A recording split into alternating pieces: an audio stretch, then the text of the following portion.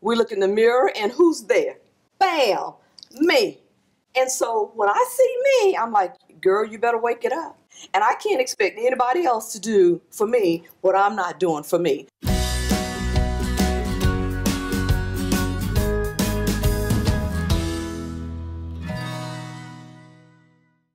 They say that happiness is an inside job. You hear that a lot, right? But so many people look outside of themselves for things that will make them happy. So the right guy or the right job or the right retirement account or whatever, right? So if happiness really comes from within, what can we do to encourage people to really take that on? Self-care. You know, we're the first people we see when we get up in the morning. We look in the mirror and who's there? Bam, me. And so when I see me, I'm like, girl, you better wake it up. You better get it going. And I can't expect anybody else to do for me what I'm not doing for me. So I need to pick me up. When I'm down, don't feel too well, I need to pick me up. So give your own self a pick me up, or, you know, and just if you need to do affirmations, affirmations are helpful. Whatever you need to do to make yourself feel good. But just think about this. If you expect somebody else to do or say something to make you feel good, what would you like to hear? Say it to yourself. And with those affirmations, I think sometimes we tend to hold on to those disappointments. We let those, like that self-talk, roll around in our heads all the time. So we need to kind of tame that down and also look to change that self-thoughts or those thinking that you have that might be dragging you down with something positive. Create some positive experiences and memories. I was reading some things about how, you know, just create some more memories by doing new things, different things, challenging yourself. Spend some time with motivation or going inward, you know, some of those practices that sometimes also bring us to some kind of peace and happiness. Some think it's actually unrealistic for us to strive for happiness because happiness is a spurt. It comes in a spurt. It's momentary. Right. But contentment, it comes in a season.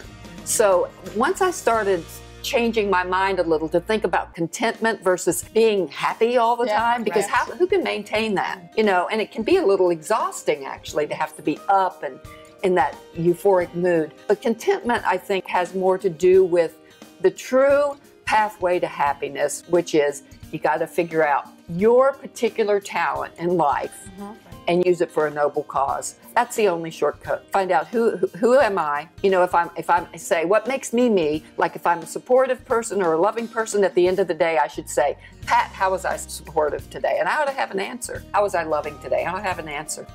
Using your talent for a noble cause. I think that's what really does it. That's Pat, great. you know, picking up on what you said at the beginning, I think a lot of the people in our society today are almost addicted to excitement, and they equate excitement with happiness. Whereas if we concentrated on make-inner instead of a makeover, cultivating our Say that again. That's a make-inner instead of a makeover. Right. It's always fun to have a makeover. If we did the same thing for our hearts that we do for our superficial selves so other people will like us, or in order to create excitement in our lives, or, you know, shopping spree at the mall, we've got it made, because then we're grounded and at peace. Or we can get back there. We can get back there. Happiness is an emotion, you know, and what happens to emotions? They come and go. Yes. They wax and wane. Somebody can push the wrong button and change that happiness. But you know what? Joy comes from within.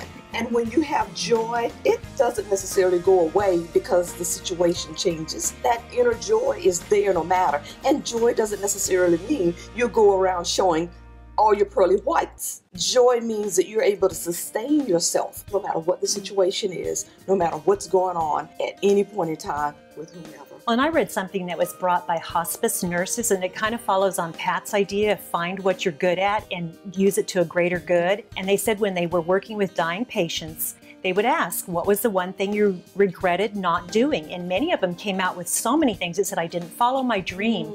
I didn't take those steps. I made the wrong choices that didn't drive me to my passion. And that was what they regret. So one thing they said about happiness is to kind of evaluate it periodically and say, what do I really want in life? What's my bucket list?